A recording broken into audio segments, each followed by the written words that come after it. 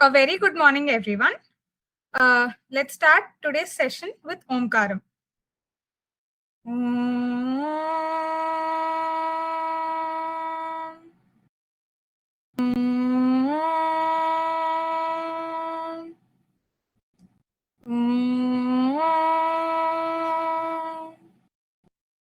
Let us now continue with the NMO mantram.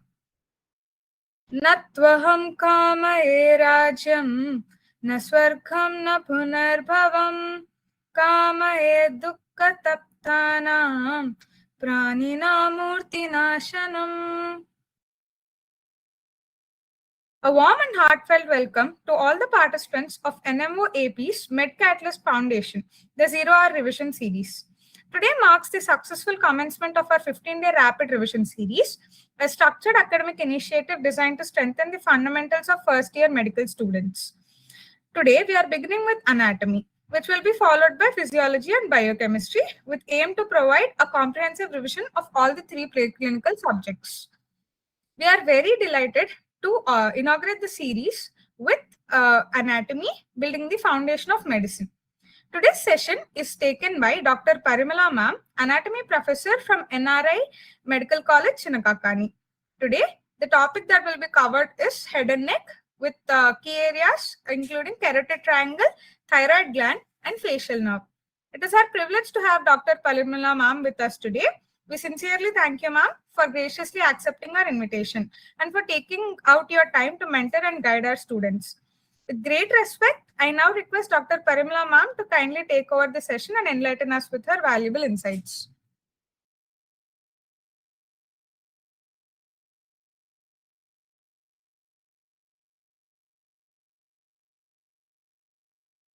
Ma'am, sorry to interrupt, ma'am, mute lo unnar, ma'am. A very good morning to all of you, my dear students. It is a pleasant and a great opportunity to teach again to the medical students outside the classroom through this platform. So I am always thankful to NMO and also thankful to the student without which a teacher does not exist. So thank you all. Let us join the session and go ahead with the topics. So the topics for today are thyroid gland, facial nerve, and carotid triangle. So first, if we finish off the Herculean task, it will be easy for us to complete the rest. This is the principle which I always keep telling the students. Whichever you feel hard, finish it first. Then after that, the journey will be smooth, just like normal labor. Head is the largest part. Just for a interesting point, I am telling you. Head is the largest part of the baby, which if delivered, after that the body comes out within 2 minutes. So let us go with facial now, which is a large topic, cumbersome and complicated at your level. But to the possible extent, if God permits me, I'll make it as simple as possible. Right. Just go ahead. Let us go ahead with facial now.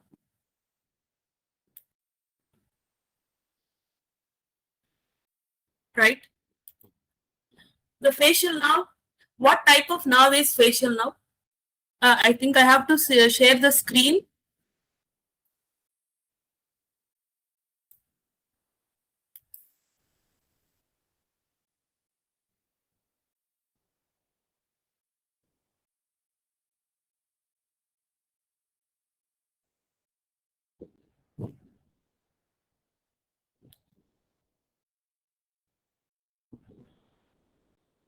Is it visible for you?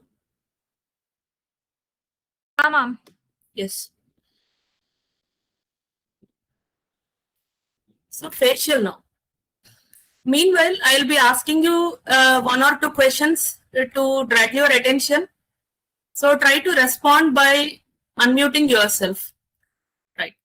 So facial nerve. For any cranial, facial nerve is 7th cranial nerve, as you all know. Any cranial nerve has to be classified whether it is motor, sensory, or mixed. So can I have the answer? What type of nerve is facial nerve?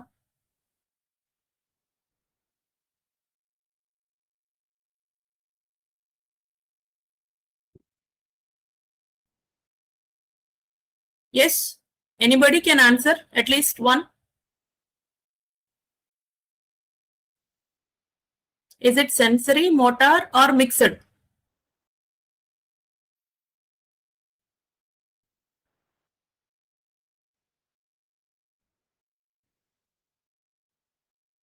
Ma'am answers chat box లో చెప్తున్నారు ma'am. అవునా, ఎక్కడుందిరా అది, ఎలా చూడాలి? మీరు screen share చేస్తున్నారు కాబట్టి back వెళ్ళాల్సి వస్తుంది. మిక్స్డ్ నౌ అని చెప్తున్నారు ma'am. Right. So correct answer. So it's a mixed now. ఇలాగ నువ్వు యూ కెన్ షేర్ ఇట్ మా, you can share the answer so that I can continue. Okay ma'am, done ma'am. Right.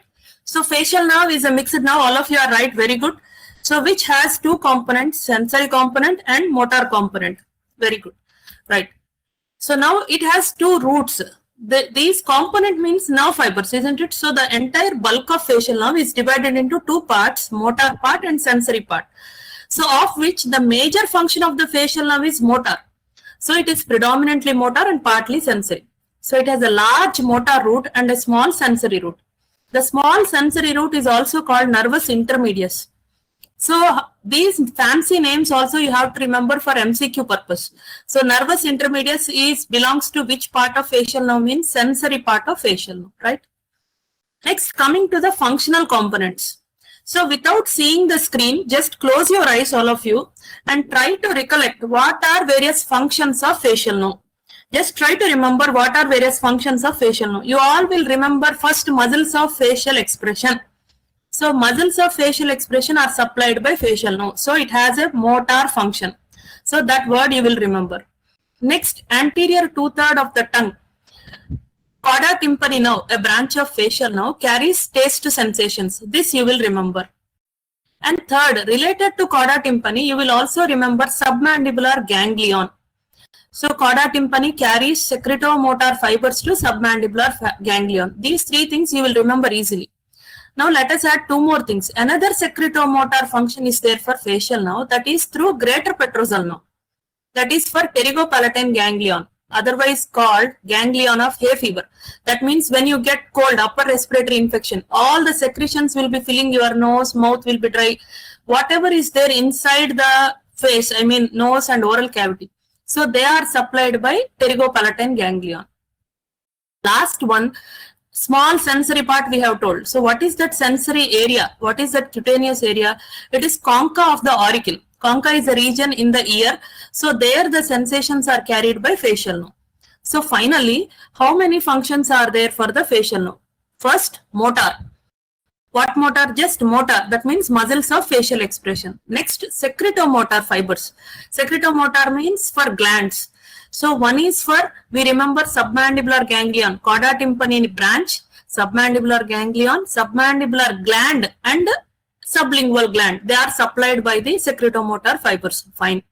Another secretomotor fiber is passing through greater petrosal nerve, pterygopalatine ganglion, and then supplies all the glands of the nose and then soft palate, hard palate, the glands in the oral and nasal regions. This is another secretomotor. Then the taste fibers. As you have seen, the taste fibers, they are carrying the taste sensations from the anterior 2/3 of the tongue and also from the soft palate. Taste fibers. Then cutaneous, sensory fibers. These are carrying sensations from the concha of the auricle. Now this is the basic thing. So 4 fibers are there in the facial nerve. If you take the bulk of facial nerve in the hand, it can be divided into 4 functional parts. They are called functional components. Brachiomotor, secretomotor, taste fibers and cutaneous fibers. I have used 2 colors. You can understand that brachiomotor and secretomotor are motor fibers. Taste and cutaneous are sensory fibers.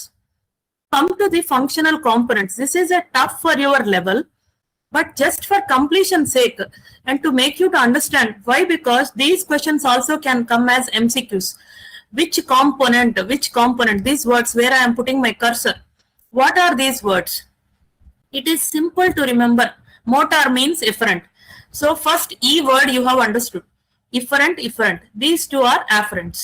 Clear? Now, which efferent? What type of efferent? Special visceral efferent. Why is it called special viscera? Motor means muscles. But why are you calling it as viscera? Means these muscles of facial expression, muscles of second arch I have written. First arch, second arch, third arch, like that we have pharyngeal arches. So pharynx is viscera, isn't it? So around the pharynx, these arches are developing.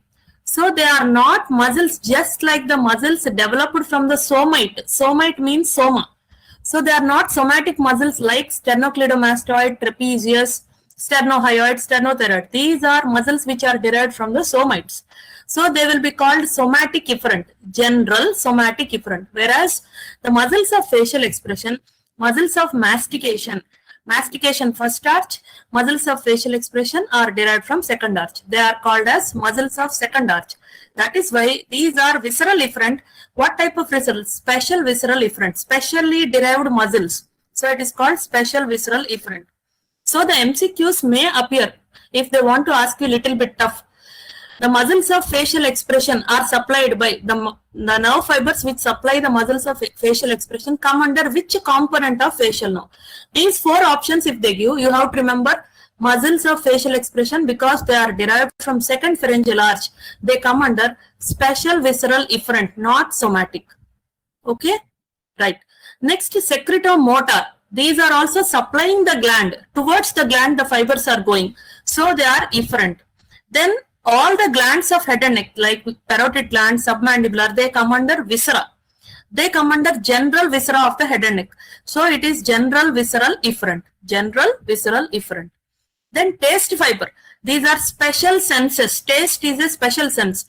Tongue is a visceral organ. So it is special visceral afferent. And then here cutaneous means it is general skin. So general somatic afferent. Is that clear? Put thumb symbol. Now try to hide yourself and I'll ask the question, you try to answer. Brachiomotor. Is it normal somatic efferent, general efferent or something special? It is special. So what special? Special visceral efferent. Secretomotor. First you have to remember the function and then put a gap and then try to practice which column or which component it is. Hope it is clear. Siri, please check the thumb symbol. If they are okay, I will proceed. Yeah, ma'am. Okay, ma'am. Okay, na? Right. Yeah, ma'am. So we finished the functional components. So in a trunk of facial nerve, these four components are there. So fine, understood. So always remember that. I just wanted to know anybody is there non-Telugu speaking student or those students who do not know Telugu, if they are there, please let me know. Anybody is there? Because meanwhile, mother tongue will add flavor to the subject. So if possible, I'll give some Telugu words I can use. Non-Telugu speaking student, if it is there, I'll restrict myself. Anybody please mention? Yeah, ma'am. 1 or 2 members unnar anukunta, ma'am. Okay, so 1 or 2 are there, so I'll restrict myself to English. Right. So we finished that there are so many functions, 4 components are there. Fine, we understood. Now some basic things I'll tell.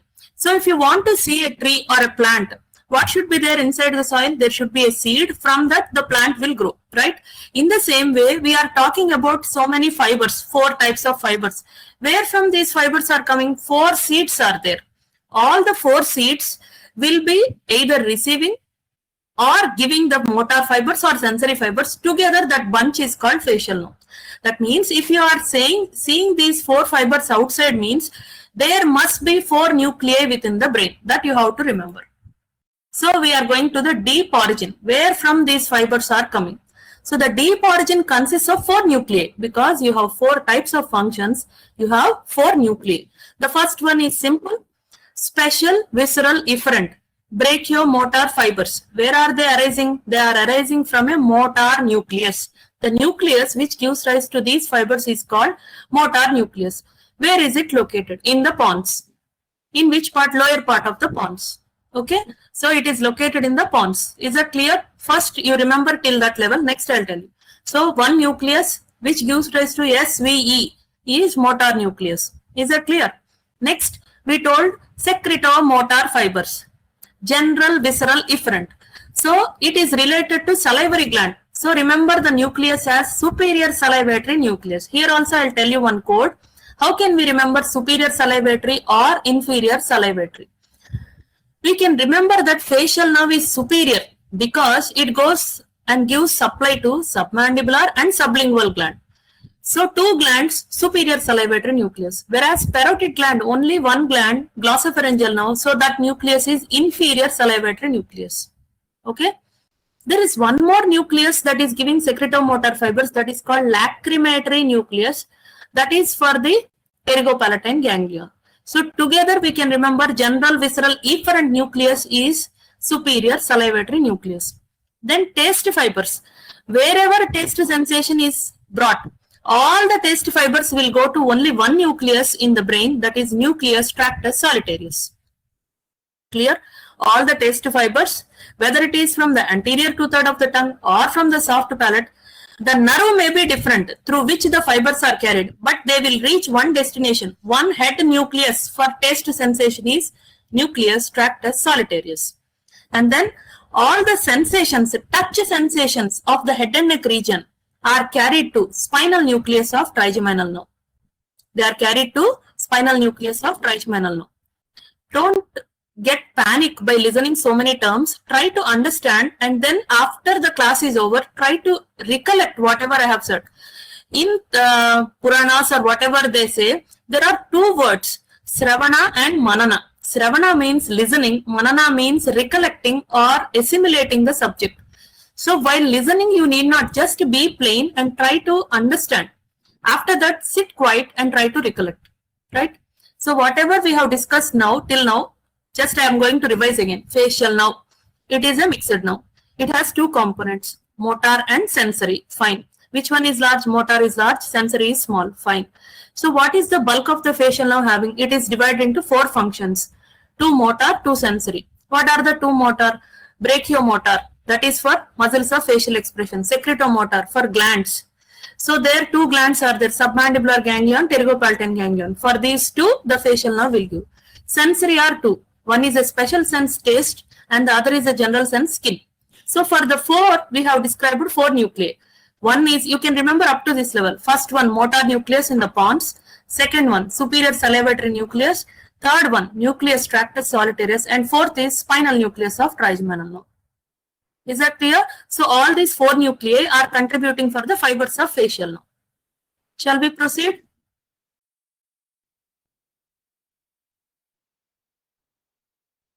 Okay. Yeah, ma'am. Right. So we understood that there are four nuclei in the facial nerve. Now, just to understand the clinical aspect, I am telling these words, central connection. Where is the nucleus in the pons?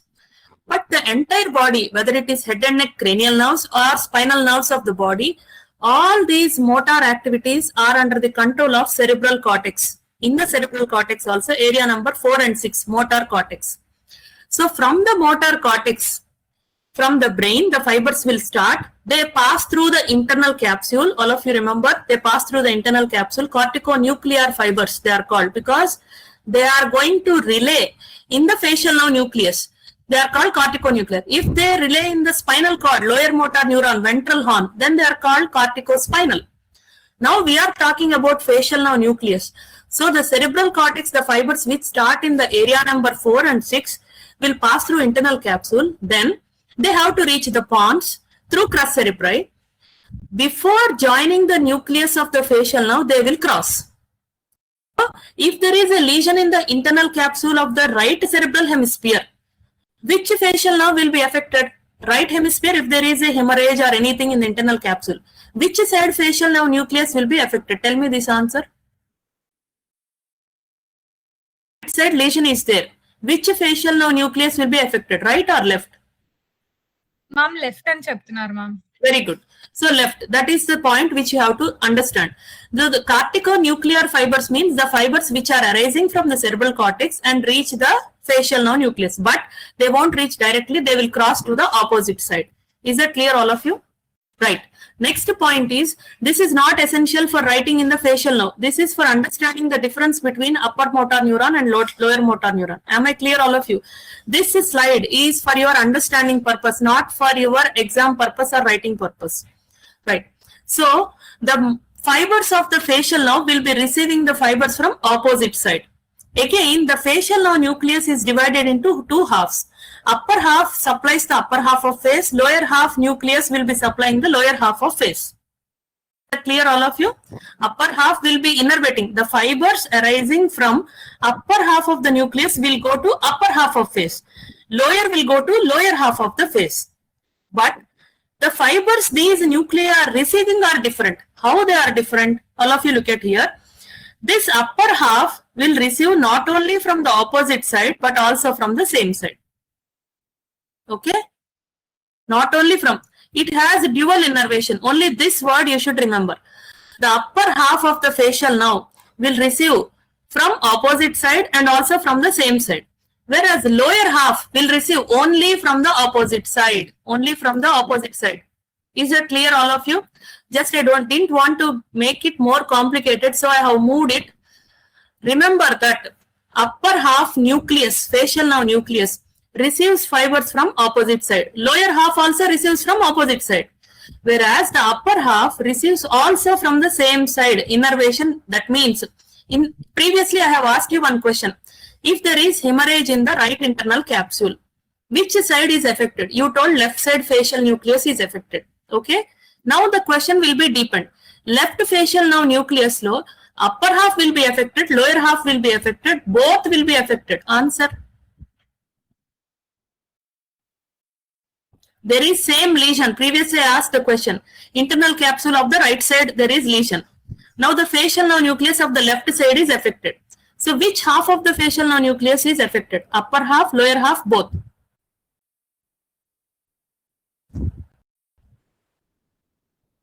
Answer. Ma'am, lower half and cheptunar, ma'am. Very good. Only lower half is affected because it is receiving from only opposite side. Whereas upper half, not only from opposite side but also from, so there is sparing of that nucleus because of the innervation from the same side. Is that clear? Now the next level. So you understood that only lower half is affected. Clear? In which lesion are we talking? We are talking about the nucleus. Lesion is there above. This is called upper motor neuron type of lesion. We are talking above the level of nucleus. So this type of lesion or internal hemorrhage, internal capsule hemorrhage is called upper motor neuron type of lesion, where only lower half of the nucleus is affected. Upper half is not affected. So upper half will innervate which part of the face? Upper half of the face. So upper half of the face, nothing will happen. Only lower half, if it is paralyzed, it indicates upper motor neuron type of lesion. Am I clear? So if this type of lesion, right hemisphere, internal capsule lesion is there, then if the patient comes with facial nerve paralysis, if we ask him to elevate the eyebrows, he will nicely elevate the eyebrows. But there will be deviation of the angle of the mouth on the left side. And there will be dribbling of saliva, difficulty in closure of the mouth, all these things will be there. Lower half face will be affected, whereas upper half face, normal, it will be normal. This is the difference between upper motor neuron and lower motor neuron lesion. Okay, shall we proceed?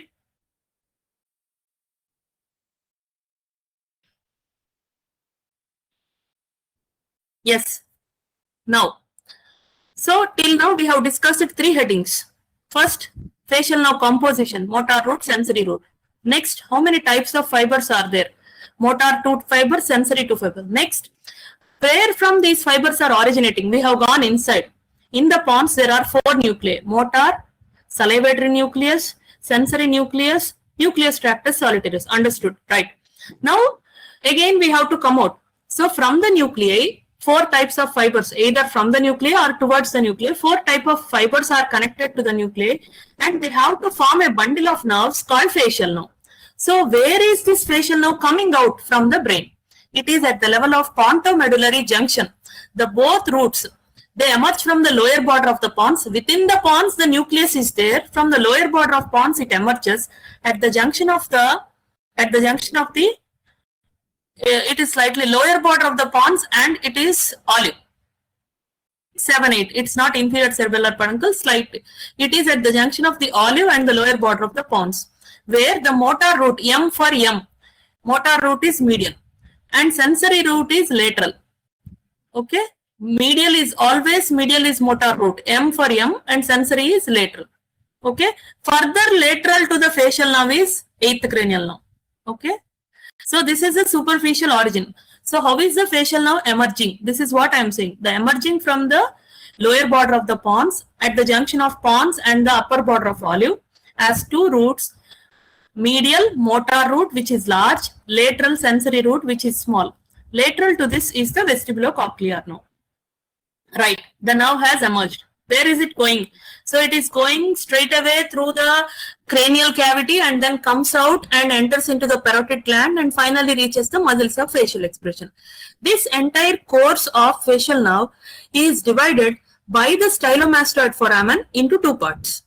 So up to the level of stylomastoid foramen is called as intracranial course. Intracranial course. From stylomastoid foramen to the muscles of facial expression is called as extracranial course. In between, one more word is added, intracranial and intrapetrous. That means from the cranial cavity, it has to reach the internal acoustic meatus of petrous part of temporal bone. So till that it is called intracranial. Within the ear, it has some course. That part is called intrapetrous. Then it emerges through stylomastoid foramen and enters into the face. So broadly, the course of the facial nerve is divided by the stylomastoid foramen into two parts, intracranial and extracranial.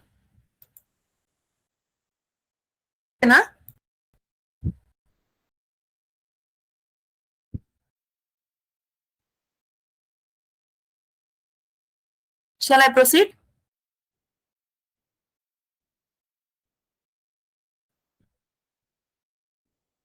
Yes, ma'am. Respond out there, ma'am. Okay, right. So observe here. So from the cranial cavity, it passes forwards and laterally, if you see the previous slide.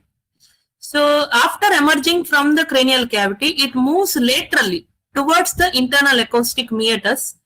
So in the internal acoustic meatus is a small tunnel or channel into which the facial nerve and vestibulocochlear together will be traveling. But here the thing which you have to remember is facial nerve is coming out, whereas vestibulocochlear nerve is going towards the brain. Isn't it? It is pure sensory. It is carrying the sensations from the internal ear towards the pons and it reaches the pons. Whereas facial nerve is emerging from the pons, it moves laterally forwards, enters into the petrous part of temporal bone into the internal acoustic meatus accompanied by vestibulocochlear nerve. But both directions are different. One is moving out and the other is moving above. So here you can see if this is internal acoustic meatus in the petrous part of temporal bone, in the concavity of the vestibulocochlear nerve, the facial nerve with its two roots, sensory and motor roots, pass through the internal acoustic meatus. By the time it enters into the meatus and enters into the inner ear, it reaches inner ear. Inner ear, this part is called vestibule. It comes close to the vestibule. It has to move laterally. It has to come out. So it passes lateral to the vestibule like this, where it forms a bend, and this bend is called as geniculate ganglion. This part is inner ear. So if you are seeing from the external ear, this part is medial wall of the middle ear. The medial wall of middle ear, that side is inner ear. So this wall is nothing but medial wall of middle ear. So that is the reason why you are seeing the opening called fenestra vestibuli and fenestra cochleae. So above and lateral to the fenestra vestibuli, the facial nerve has a oblique course and then it passes vertically downwards along the posterior wall of the middle ear. The area where we are moving the cursor is the middle ear. And here you are seeing the inner ear. This is medial wall of the middle ear. So the facial nerve from that side, from the internal acoustic meatus, it passes close to the vestibule, turns laterally, and then it forms an oblique course on the medial wall of middle ear and then passes vertically downwards along the posterior wall of middle ear to emerge through the stylomastoid foramen, which is the lower end of the middle ear. Okay. So thus the facial nerve has an oblique course and a vertical course in the middle ear. So this part till here, this is intrapetrous part. Then this is actually intratympanic course. Not that much is essential till here. From the pons, if pons is here, from pons to the internal acoustic meatus, this course is called as intracranial and this is called intrapetrous. This is all intrapetrous because middle ear is also in the petrous part of temporal bone. So intracranial, intrapetrous. Okay. The same thing is shown here. You are seeing from the skull side. So from here it passes lateral to the vestibule. Now here in the next diagram I am showing, this is the Lateral aspect of the vestibule. From that side, it is passing this side. Is it clear, all of you? This is the diagram which you see in the middle ear. This is the oblique part and this is vertical part. And this is stylomastoid foramen. Here, this is stylomastoid foramen. Just above the stylomastoid foramen, it is giving rise to this nerve is called as chorda tympani. In the posterior wall, it is giving rise to a branch called branch to stapedius. This is branch to stapedius, this one, and this is chorda tympani branch. The same thing is shown here, oblique part and vertical part of facial canal.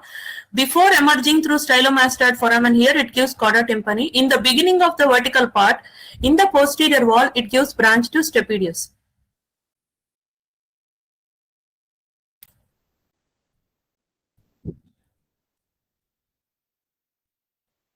So now, this is the summary of the intracranial part of the facial nerve. It emerges from the brainstem by two roots. Along with the vestibulocochlear nerve, they run laterally and forwards, where in the internal acoustic meatus, both of them run together, accompanied by labyrinthine artery. In the internal acoustic meatus, how is it present? Concave upper surface of vestibulocochlear nerve. I have shown you previously also. Then sensory and motor roots together join to form the trunk. Okay, they enter into the bony canal for facial nerve, laterally and above the vestibule initially. Then they reach the medial wall of the middle ear, where it forms a bend, and this bend is called as genu.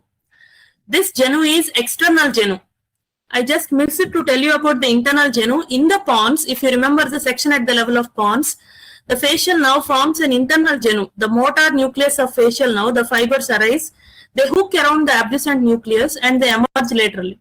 So that genu is called internal genu, and the genu which we see outside the brain is called as external genu. At the level of the genu, there are some cells.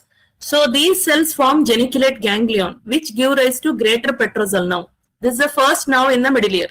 The greater petrosal nerve emerges from the geniculate ganglion, which is a bend present between oblique and vertical parts of the facial nerve.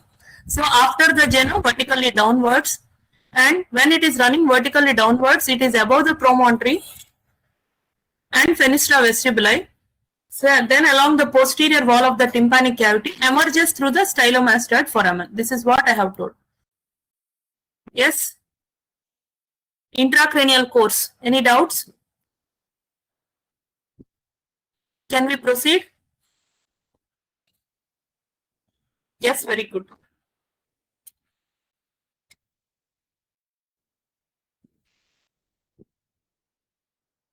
So we have finished intracranial course. The key words of intracranial course, like bullet points I tell, just try to listen. Emerges from brainstem, runs forwards and laterally, enters into internal acoustic meatus, along with vestibulocochlear nerve, then forms the trunk. After coming out through the internal acoustic meatus, it runs above and lateral to vestibule, then reaches the bony canal in the middle ear, runs in the oblique wall, that means oblique part of facial canal, bony canal for facial nerve. So oblique part on the medial wall and vertical part on the posterior wall. Then comes out through stylomastoid foramen. You can write like a flowchart arrows also. So this is about the intracranial part. Then extracranial part of this is how you have to proceed with the extracranial. After emerging from stylomastoid foramen, which is in between them, it passes forwards because stylomastoid, behind the ear is mastoid and styloid. So we want the target place is face. So it has to run forward, isn't it? From behind forwards, where there is parotid gland. The parotid gland has, this is anterior, this is posterior. But these two surfaces are medial and this is lateral surface. This is lateral. So this is posteromedial, this is anteromedial surface of parotid gland. So after emerging from the stylomastoid foramen, it pierces the posteromedial surface of the facial nerve, parotid gland, and then emerges through the anterior border. Here you should remember 3 lines or 3 words. Emerges through stylomastoid foramen. 2.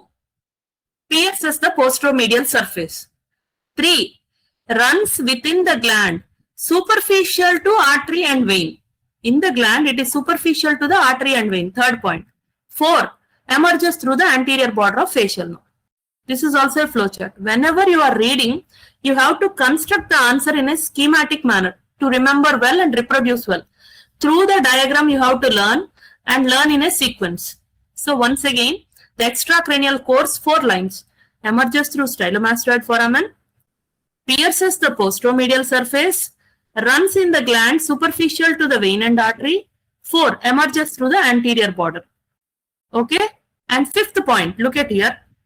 In the gland, just before emerging, it divides itself into temporofacial and cervicofacial branches or divisions. Is that clear? So this is the 5th point. Just before emerging, it is divided into temporofacial and cervicofacial branches. Last point, 6th point. The terminal branches of the facial nerve seen on the anterior border, emerging from the anterior border from above onwards are temporal, zygomatic, upper buccal, lower buccal, marginal mandibular and cervical branches. So these are the 5 terminal branches that are seen through the emerging through the anterior border of the facial. So you will get a doubt commonly. Which diagrams have to be drawn if facial nerve comes as an essay? You can draw this diagram while describing the course, this diagram while describing the course, and this diagram at the branches. Simple diagrams you select so that you can conserve the time. These 2 you can practice and draw. So we have finished the course and termination of facial nerve. Is that clear? How many parts the course is divided into? Intracranial and extracranial. These 3 diagrams will help you to understand the course. Intracranial course emerges from brainstem, internal acoustic meatus, 7 and 8, lateral to vestibule, facial canal oblique and vertical parts. Emerges through stylomastoid foramen. From stylomastoid foramen, superficial to vessels and nerves, pierces the posteromedial, divides into temporofacial and cervicofacial, emerges through the anterior border as temporal, zygomatic, upper and lower buccal, marginal mandibular and cervical. This is the complete course of facial nerve.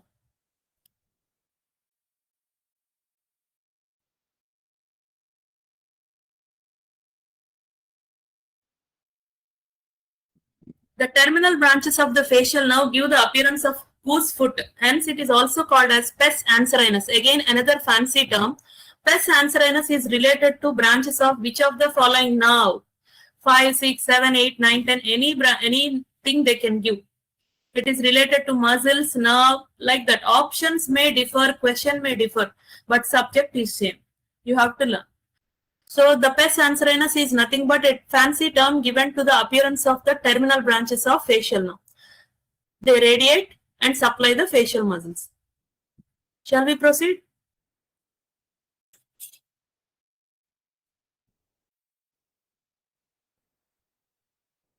Yes, right. So now the next heading. So what are the headings we have completed? Components of facial nerve, nuclei of facial nerve, superficial origin of facial nerve. That means where does it come out first? Then intracranial and extracranial course. We have finished the course. Now the branches of facial nerve. Which branches am I discussing here? Look at the slide and tell me which branches. Is it intracranial or extracranial?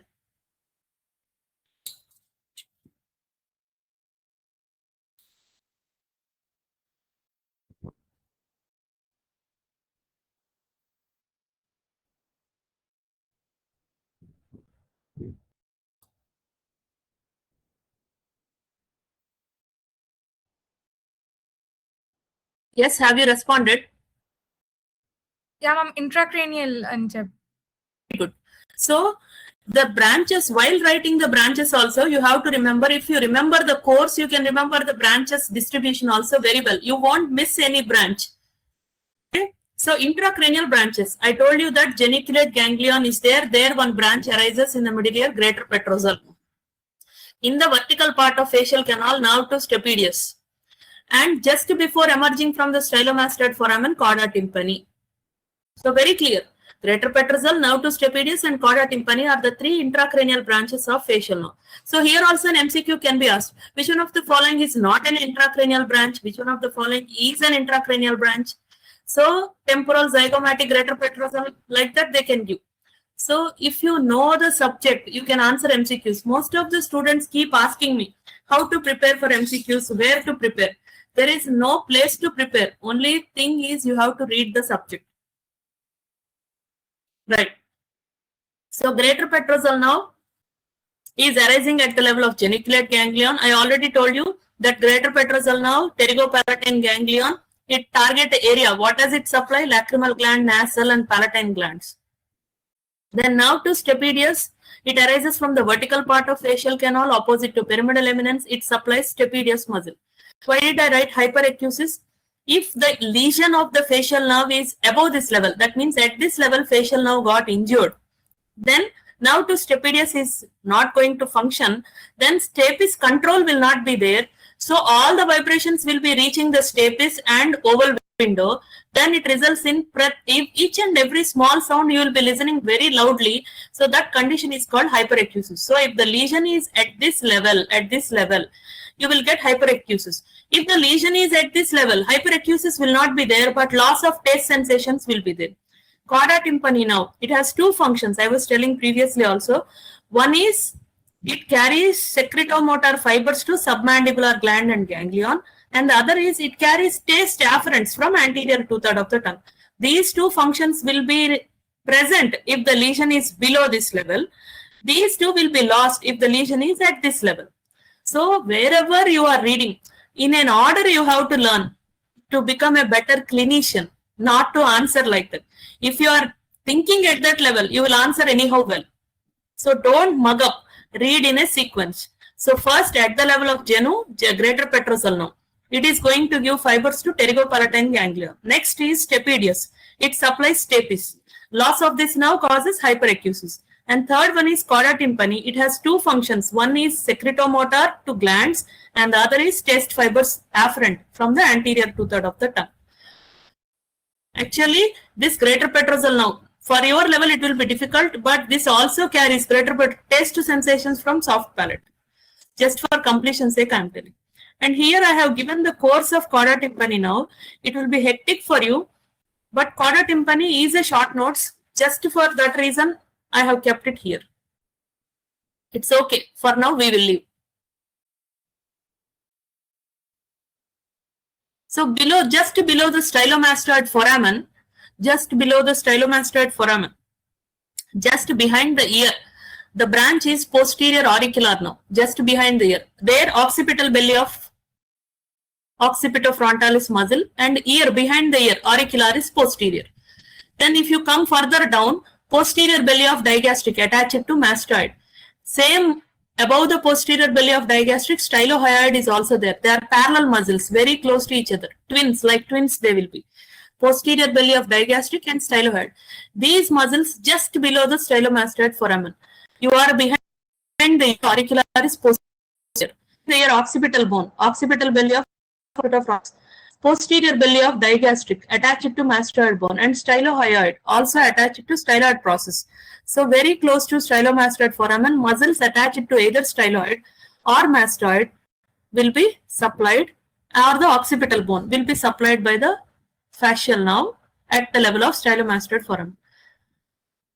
So these are the branches which I was telling at the level of stylomastoid foramen.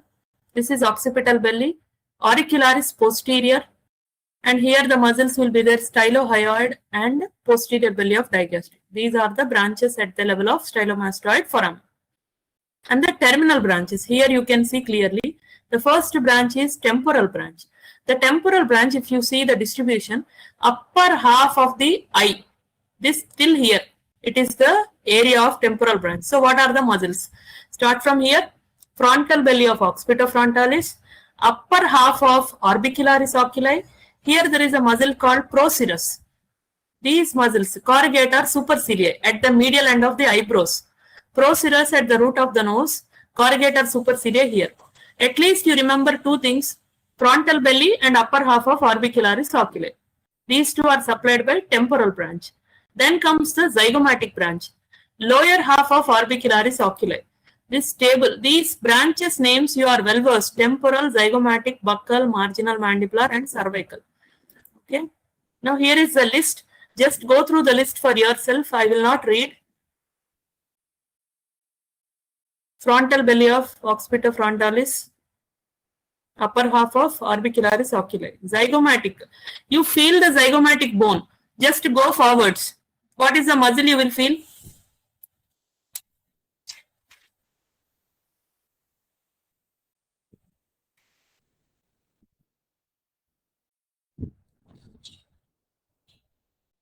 Lower half of orbicularis oculi, just opposite to zygomatic bone.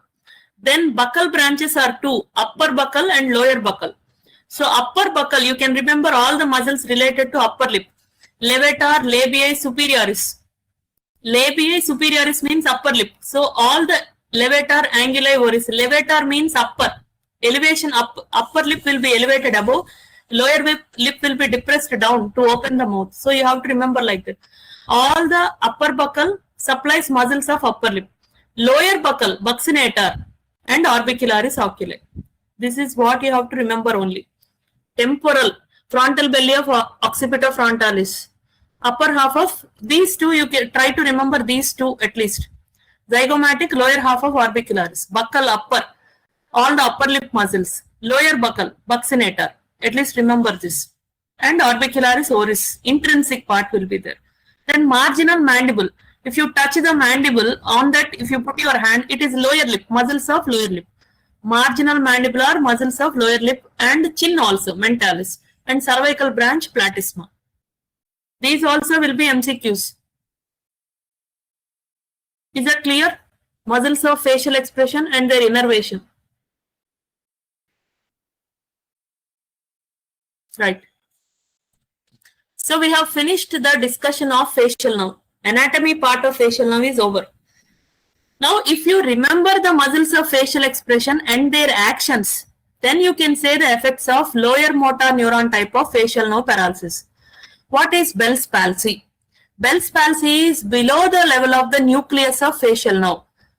Entire facial nerve nucleus, upper half and lower half, the fibers have to reach the face. Below that level, below the level of facial nerve nucleus in the pons, if there is any lesion, then it is called lower motor neuron type of paralysis. And this lesion can be anywhere from the pons up to the level of the stylomastoid foramen. So what is the effect of injury to the ischemic or whatever may be, injury to the facial nerve nucleus, that is LMN paralysis or Bell's palsy. So from above onwards, you have to start here. Frontal belly, lost. So loss of transverse wrinkles. If you ask the person to elevate the eyebrows, there will not be any transverse wrinkles. Facial nerve paralysis, first symptom. Then orbicularis oculi, upper half, lower half, whatever it is concerned with closure of the eyelid. So unable to close the eyelids, unable to drag the tears into the nasolacrimal duct. So overflow of tears. Difficulty in closure of the eyelids, overflow of tears. And because all these muscles are paralyzed, this branch, this nasolabial furrow is lost here. Tone of the muscles is lost. All the muscles are flaccid. So loss of nasolabial furrow. 1, 2, difficulty in closure. 3, overflow of tears. 4, loss of nasolabial furrow. Then cheek. The food accumulates in the cheek because buccinator is paralyzed. Accumulation of food in the cheek. So 1, 2, 3, 4, nasolabial furrow. 5, accumulation of food in the vestibule. Then this side paralysis is there, so angle is not moving. This angle is moving, so it appears that the angle of the mouth is deviated to opposite side. This is 6. Deviation of angle of mouth to the opposite side. Dribbling of saliva because there is no tone of these muscles. Drooping of angle of this side. Elevation, so it appears it is deviated to the opposite side. So these are the effects of facial nerve paralysis or Bell's palsy. Now, in the recently completed pre-final exam, I have given the Bell's palsy case. A patient comes with the complaint of difficulty in closure of eyelid, overflow of tears on the left side, then deviation of angle of mouth to the opposite side. What is this clinical condition called? Loss of transverse wrinkles on the, when the doctor tried to examine, there are no transverse wrinkles on the forehead. What do you call this condition? First question. Answer.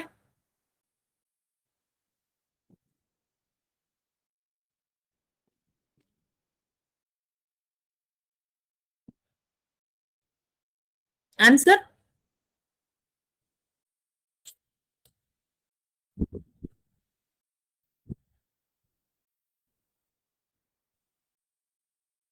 I hope you have answered Bell's palsy. So that is the right answer. Now the second part of the clinical question will be explain the clinical features with anatomical basis. What is the meaning of anatomical basis? Transverse wrinkles are lost because of paralysis of frontal belly of occipitofrontalis. That is the anatomical basis. Able to close the eye because of paralysis of orbicularis oculi. Overflow of tears is because of paralysis of lacrimal part of orbicularis oculi. Loss of nasolabial furrow due to the paralysis of muscles of the nose, upper lip and angle of the mouth paralysis. Accumulation of food in the vestibule due to paralysis of buccinator. Okay. Deviation of angle of the mouth to the opposite side and depression due to the paralysis of all the muscles which maintain the tone of the angle of the mouth and the muscles of lower lip. So this is the anatomical basis. You have to write the feature, why that feature is appearing, because of the paralysis of which muscle. That comes under the anatomical explanation for that feature. This is the clinical question. If the question wants to be in the form of reasoning type, a Bell's palsy patient will not be able to close the eye. Why? There will be difficulty in closure of the eyelids in a case of Bell's palsy. Why? That is a reasoning question. Because the facial nerve supplies the orbicularis oculi through its dash branch. Two branches, temporal, upper half and lower half zygomatic branch. In case of Bell's palsy, these two nerves are affected. So, the patient, the orbicularis oculi does not function and he cannot closure the eye. Also, lacrimal part is also injured, so there will be overflow of tears. This is a reasoning question. You will get 3 out of 3. The clinical question and the reasoning question are not different. If entire thing is asked for you to explain for 5 marks, it is a clinical question. One of the case, if we give and ask you the reason, explain the reason, that is a reasoning question. A case of Bell's palsy, there will be accumulation of food in the vestibule. Why? This is a reasoning question. So these things I have explained already. So this is too much for you. I have told you Bell's palsy, LM and paralysis. These things just I will complete this. Internal acoustic meatus, if there is a lesion, okay, then the patient will be having deafness plus Bell's palsy.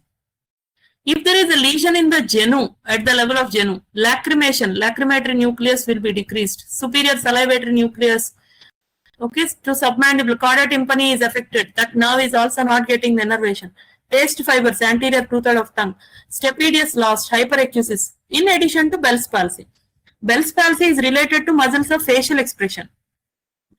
All these features will be there. If the lesion is above at the level of internal acoustic meatus, these things will be there. If the lesion is at the level of genu, then these things will be there. This I have already explained, so I am not going to discuss it again. You can observe the facial nerve, peripheral palsy, central palsy. Central means upper motor neuron. Peripheral means lower motor neuron. Here there are no transverse wrinkles. Everything is lost on this side. Whereas here you are seeing the transverse wrinkles. Only this part is affected. This is central paralysis. Sparing of upper half of face. Only lower half of face is affected. Whereas here all things are affected. This is Bell's palsy.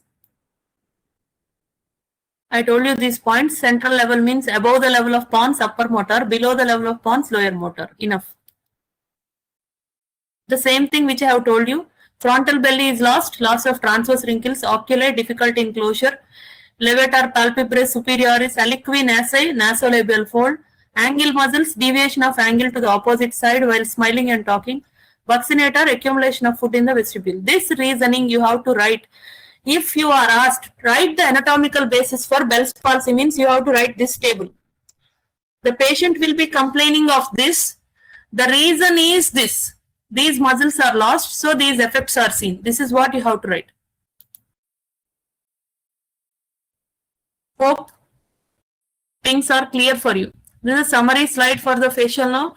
This is motor nucleus, internal genu.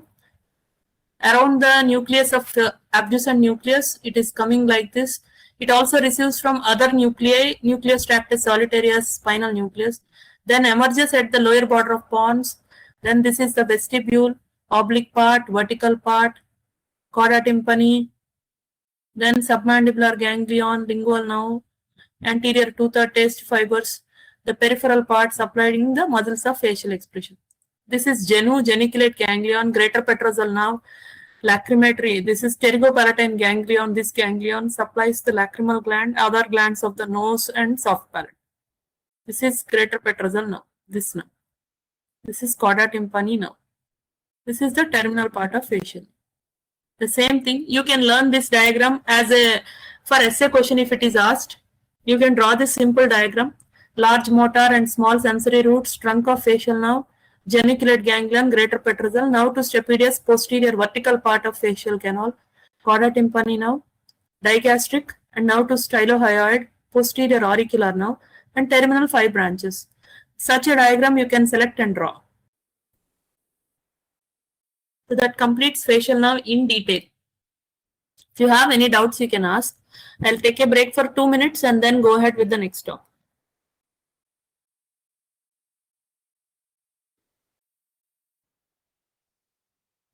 Ma'am, couple of doubts అడిగారు ma'am. యుఎంఎన్ versus LMN lesion ఒకటి అడిగారు, ఇంకా వచ్చేసి reasoning question exam లో ఎలా present చేయాలి అని అడిగారు మ్యామ్. ఆల్రెడీ ఇప్పుడు చెప్పేసాను కదరా. I have told the reasoning question. Is that okay or should they want me to tell another thing? One more. UMN and LMN, they want me to explain again or what they want? Already I have told in the beginning itself. Yeah ma'am, explain again అన్నట్టు అడిగారు ma'am. Explain again. Okay. Yeah. Okay.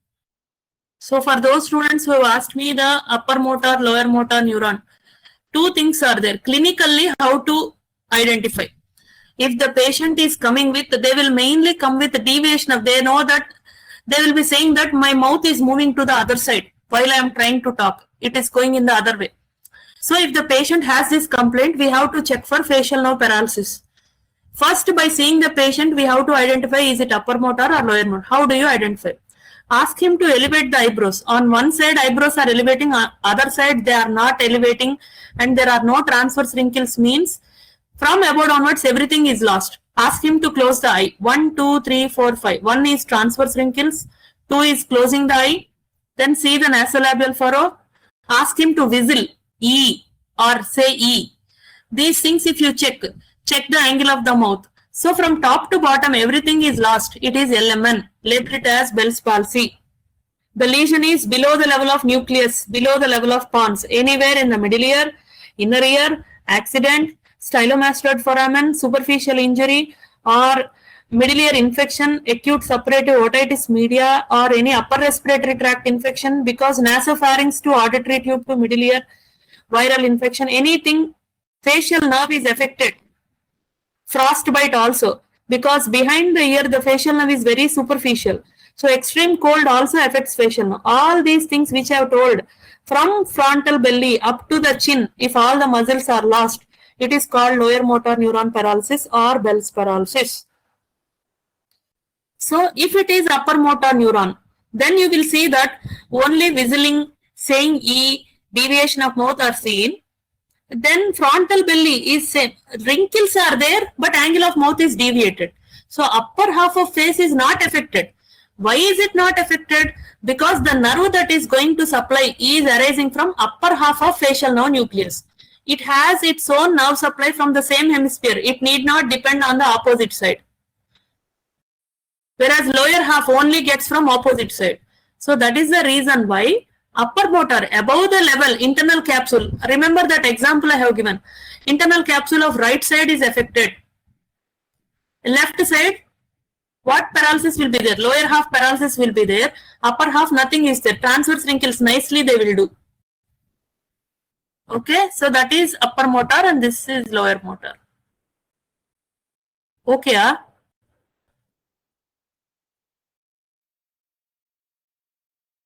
right. So you also take break or have some water. I'll also have some water and then we'll proceed. Only two doubts, no? One is upper motor neuron and second one, what is the other thing, ma? Siri, you told? Ma'am, reasoning questions, ఎలా present చేయాలి, how to present an exam అన్నట్టు అడిగారు ma'am. Reasoning questions, there is nothing to present. Actually, if it is a essay question, structured way of writing will be there. If it is a short notes, they will ask you, that means clinical question. What is this clinical condition called? A, called as Bell's palsy. Explain the clinical features on anatomical basis. Write one by one each clinical feature. So first feature they will read. On examination, there are no transverse wrinkles, unable to close. One feature you write. By the side, paralysis of which muscle you write. That is anatomical basis. This is for clinical question. For reasoning question, if they ask you, in a case of Bell's palsy, there will be difficulty in closure of the eyelids. Why?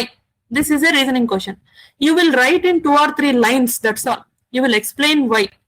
Why? What is the reason? Because in Bell's palsy, all the peripheral nerves from temporal to cervical are affected. The temporal branch supplies upper half of orbicularis oculi and the zygomatic branch supplies lower half of orbicularis oculi. So the entire orbicularis oculi is paralyzed in case of Bell's palsy. Hence the patient cannot close the eyelid. That's all. So this is how you have to write the reasoning. Nothing more than that. You need not elaborate too much or write unnecessary things and waste your time. Or write the answer for the given reasoning question. Why there will be deviation of angle of mouth in case of Bell's palsy? You can write. Why there is sparing of upper half of face in case of upper motor neuron type of facial nerve paralysis? You have to write. All things I have explained. Just you have to write the answer which you know. They want to see whether you know the reason behind the subject or knowledge. Do you have any meaning in what you are studying? That is the motto of reasoning question. Okay?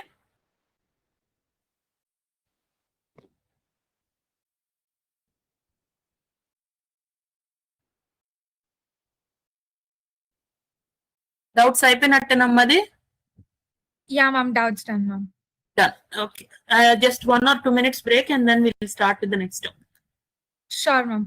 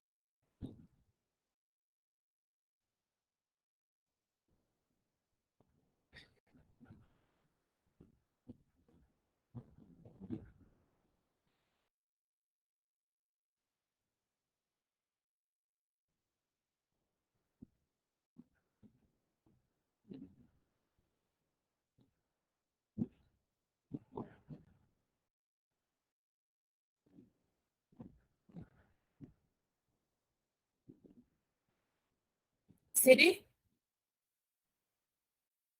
Ma'am? do you take feedback at the end of the topic?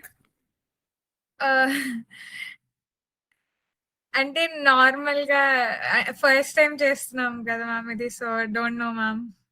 ఇదివరకు చాలానే జరిగినాయి కదమ్మా, అది అడుగుతున్నాను. Topics ఇదివరకు జరిగాయి కదా, వాటికి ఫీడ్బ్యాక్ తీసుకుంటున్నారా? మ్యామ్ దీంట్లో ఫస్ట్ ఇయర్ దానికైతే ఇదే ఫస్ట్ మ్యామ్, ఈ రోజే ఫస్ట్ సెషన్. ఇది కాదు నేను అనేది research methodology, some topics are going on no in our NMO platform. Ma'am I guess last లో టోటల్ వెబినార్ అయిపోయిన తర్వాత లాస్ట్ లో తీసుకుంటారు అనుకుంటా మ్యామ్. సరే, okay ma'am. At the end, I can ask them to, I can interact with them, I hope. Yeah, ma'am. Unmute themselves and then I'll ask them to speak. Sure, ma'am. Sure, ma'am. Okay. So are you ready? So we'll go ahead with the thyroid gland. It is actually a very simple topic, but very important. It has so many clinical and reasoning questions. It is important for essay question, 5 marks, and reasoning question. So, essay question. So, what are the headings under which you have to learn the thyroid gland? So, thyroid gland, where is it located? this will not be asked because the essay question is only for 10 marks. So don't strain your brain. But to begin with, I have to finish. So it is extending from, you can observe, it is extending from the thyroid gland. What is the shape? This is basic point which you have to know. It is a butterfly shaped structure. It has two lateral lobes interconnected by a bridge like. I'm sorry to interrupt, ma'am.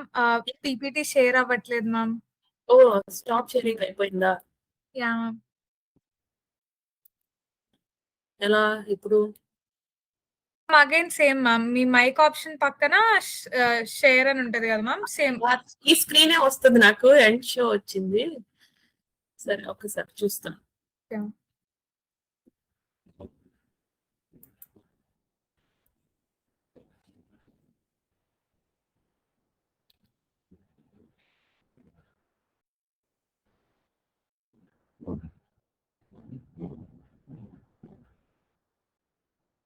Is it visible?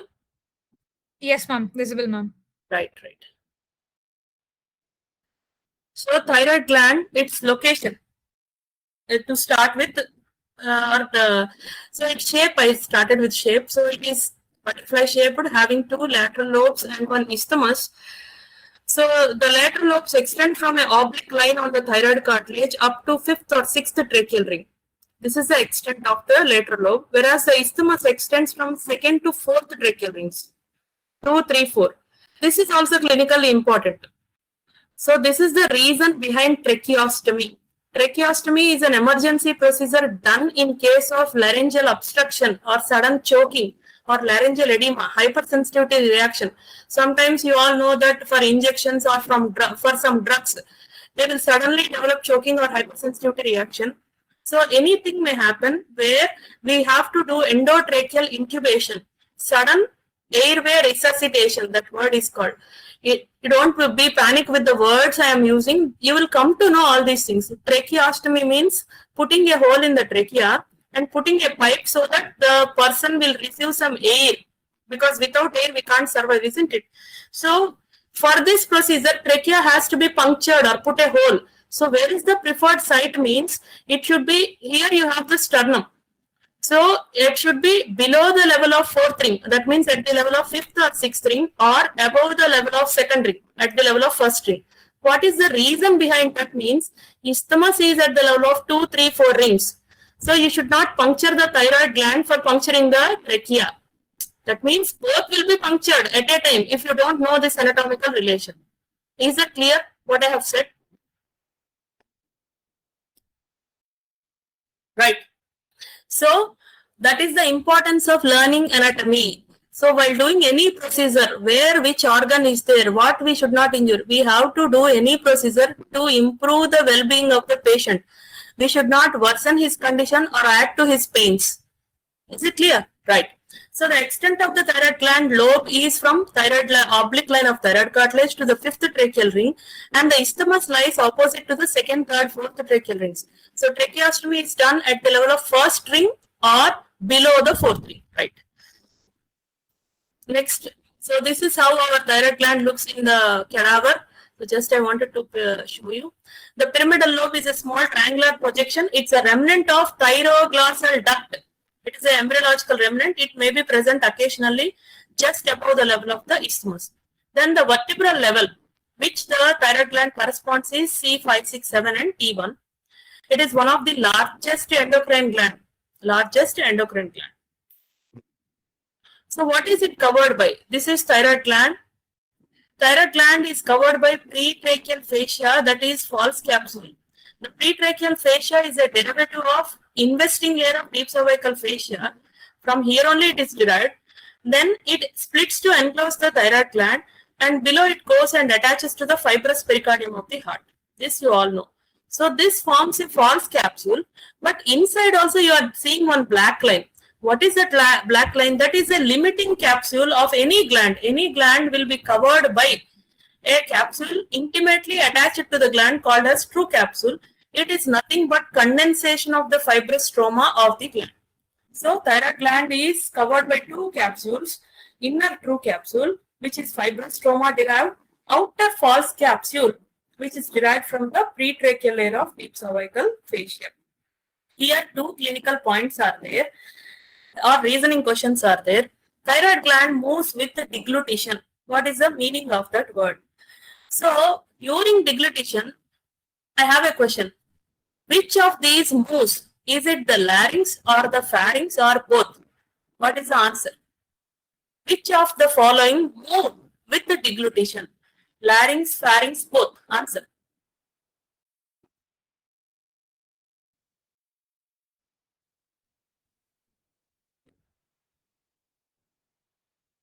Ma'am, larynx అంటున్నాను. Deglutition means swallowing the food. So it is related to pharynx. So, but pharynx is not separate from the larynx. If you have seen the section of the pharynx and larynx in the head and neck region, the thyroid cartilage and the cricoid cartilage gives rise to a constrictor of pharynx, that is ear constrictor. So pharynx and larynx are very close and intimate with each other. They are not separate. These are separate pipes. If you move above from the larynx is there. If you move above mesophagus, pharynx is there. But both of them are intimately connected. Am I clear, all of you? So the thyroid cartilage give origin to inferior constrictor of pharynx. Why?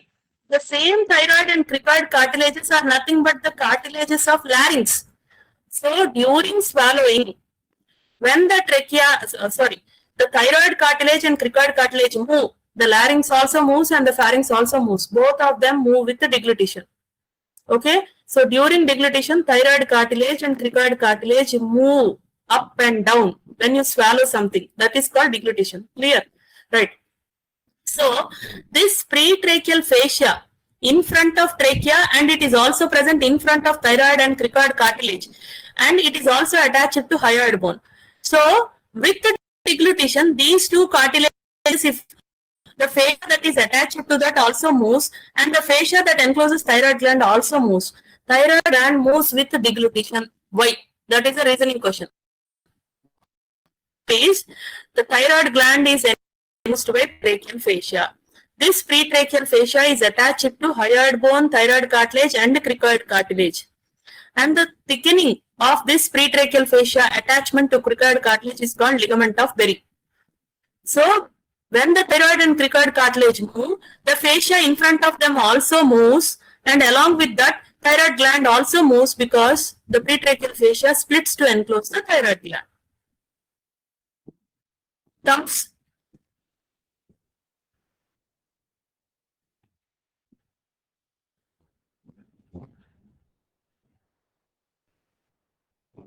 Can I proceed, or you want me to explain again?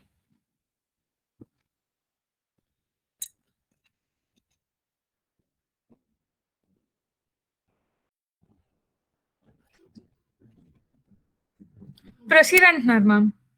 Okay, right. So in the capsule level, I have told you one reasoning question. Why does thyroid gland move with deglutition? There is another question. Deep to the true capsule, here look at this image which I am showing. This is the gland. The green one is true capsule. Immediately to the gland, there is a dense venous plexus deep to the true capsule. So whenever thyroidectomy surgery is done, we can remove or separate or cut the capsule, but gland has to be removed along with the true capsule to avoid unexpected or excessive hemorrhage from the gland. Bleeding. Hemorrhage means bleeding from the gland. Okay. So this is another clinical importance related to capsule. So capsule, you have to remember two important things. Third important point about the capsule is the capsule is thin on the posterior aspect when compared to anterior aspect. That is the reason why the thyroid glands always enlarge in the posterior direction first when compared to anterior aspect. Because the capsule is weak, it can easily expand. I have 20 points related to capsule. Thyroid gland moves with deglutition because of the attachment of capsule. Number 2, there is venous plexus deep through capsules. Capsule has to be kept, true capsule has to be kept intact with the gland. 3, the gland exposed posteriorly because of the weakness or the thinness of the capsule on the posterior aspect. Okay? Right. So regarding the lobes of the gland, each lobe of the gland is triangular or pyramidal in shape. Its extent I have already told. Each lobe has an apex and a base and 3 surfaces. If you see this diagram, yes, it has an apex and a base. So the apex is 2 words you have to mention. The apex lies at the level of oblique line of thyroid cartilage. It is sandwiched between 2 muscles, sternothyroid and inferior constrictor. Sternothyroid and inferior constrictor. But if you see your textbooks, you can understand the things. All the things it is not possible for me in this limited time to show you. To the possible extent I am trying, right? So the apex of the thyroid gland, I'll tell you 1, 2, 3 bullet points. The apex lies at the level of oblique line of thyroid cartilage. It is sandwiched between the inferior constrictor and sternothyroid muscle because oblique line receives the attachment of sternothyroid.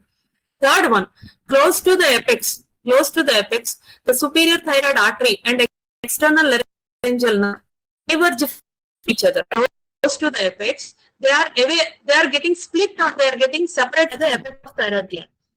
Close to the apex, superior thyroid artery and external laryngeal nerve separate from each other. They are related to the apex, they are diverging from the apex. Am I clear? One is going deep and the other becoming, the deep going nerve is external laryngeal nerve, the superficial becoming artery is superior thyroid artery. So what is the clinical importance at the level of the apex? So because these 2 structures are diverging from each other at the apex, it is always safe to ligate. Ligate means tying the artery. Why do you want to tie the artery? To perform thyroidectomy, you want a bloodless field. So if you have a bloodless field, you can remove the structures easily. If everything is filled with blood, we can't see anything. Visibility will be decreased and blood loss will be more. So before performing the surgery on any organ, the arteries that supply the organ has to be tied. So the superior thyroid artery is always tied close to the apex to avoid involvement of external laryngeal nerve close to the apex because at the apex both of them diverge with each other. Right? So regarding apex I have finished, and regarding the base. At the base, the inferior thyroid artery and recurrent laryngeal nerve are related to the base. The base lies opposite to 5th or 6th tracheal rings. Both of them cross each other or both of them are close to each other nearer to the base of the thyroid gland. So, if we want to ligate the inferior thyroid artery, it has to be ligated away from the base. You have to move away from the base to avoid involvement of recurrent laryngeal nerve. Is that clear? So, this can be a reasoning question. So, why superior thyroid artery should be ligated close to the apex and inferior thyroid artery should be ligated away from the base while performing thyroidectomy or before performing thyroidectomy? Will you be able to write the answer?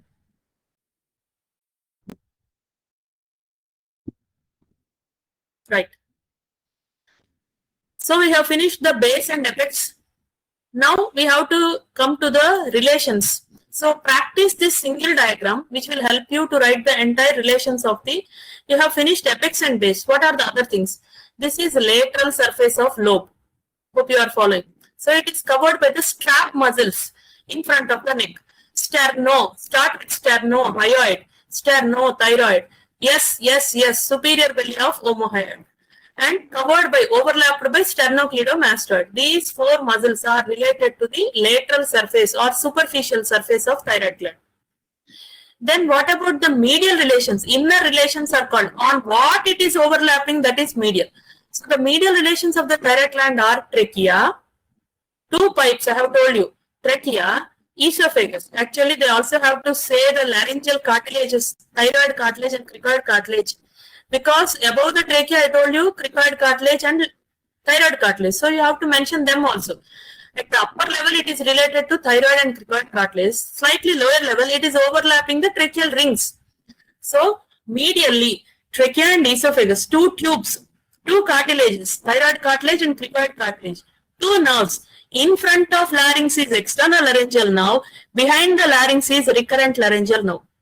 In front of larynx, external. Behind the larynx, recurrent laryngeal nerve. So 2 tubes, 2 cartilages, 2 nerves, and 2 muscles are also there. Inferior constrictor and cricothyroid. Because I told you cartilage is thyroid and cricoid cartilage, They are interconnected by a muscle called cricothyroid. So remember that cricothyroid. And from these two cartilages, the muscle that is arising is inferior constrictor. So the muscles closely attached to these two cartilages also are the medial relations of thyroid gland. Then what is the posterior relation on which the thyroid gland is resting? This is the posterior surface or posterolateral because it is away from the midline. The posterolateral surface of thyroid gland is related to carotid sheath, in front of it ansa cervicalis, behind sympathetic chain. These all relations are behind the thyroid gland. So posterolateral surface of thyroid gland is related to these things. Now coming to the borders, anterior border and posterior border. Anterior border separates the lateral surface from the posterolateral surface. The posterior border separates medial surface from the posterolateral surface. This posterior border is related to parathyroid gland superior and parathyroid gland inferior. These two things you can remember. Look at the parathyroid gland superior and inferior on the posterior border. This is not a prominent border, but it will be mentioned. In addition, you are also able to see the anastomosis between superior and inferior thyroid arteries. So first we finished apex and base, then surfaces. Now I am telling you about the borders. Two borders are there, anterior and posterior borders. Posterior border related to two glands, superior and inferior parathyroids, and anastomosis between superior and inferior thyroid arteries. Okay. Also recurrent laryngeal node. Here you are able to see in this diagram. You can see this is the inferior constrictor. I was telling cricothyroid. This is thyroid cartilage, this is cricoid cartilage, and this muscle is inferior constrictor. Okay. So we finished posterior border also. Then anterior border is related to, look at this anterior border, it is related to the anterior branch of superior thyroid artery. This is the anastomosis on the posterior border. So anterior border, so you can write or you can leave it also. Borders you can leave it, relations, just for completion's sake I am telling. So those are the relations of thyroid gland. Then come to the relations of the isthmus. The isthmus relations, here you are able to see the superior border, inferior border. Superior border is related to anastomosis between right and left superior thyroid arteries. Below you have inferior thyroid vein. That's all. This is superior border, this is inferior border. Then what about the anterior relation? The same strap muscles which you have seen before. These muscles, sternohyoid, sternothyroid, are also anterior to isthmus. Then what about the posterior relation? I have already told you in the beginning, 2, 3, 4 tracheal rings. So the isthmus has 1, 2, 3, 4. Upper border, lower border, anterior surface, posterior surface. Anterior surface relations are strap muscles, posterior surface tracheal rings, above arterial anastomosis, below inferior thyroid vein. Unless you write the isthmus relations, for relations if 5 marks is allotted, 1 mark will be cut for isthmus relations. If you write everything, you may get 5 out of 5 for relations. Shall I proceed?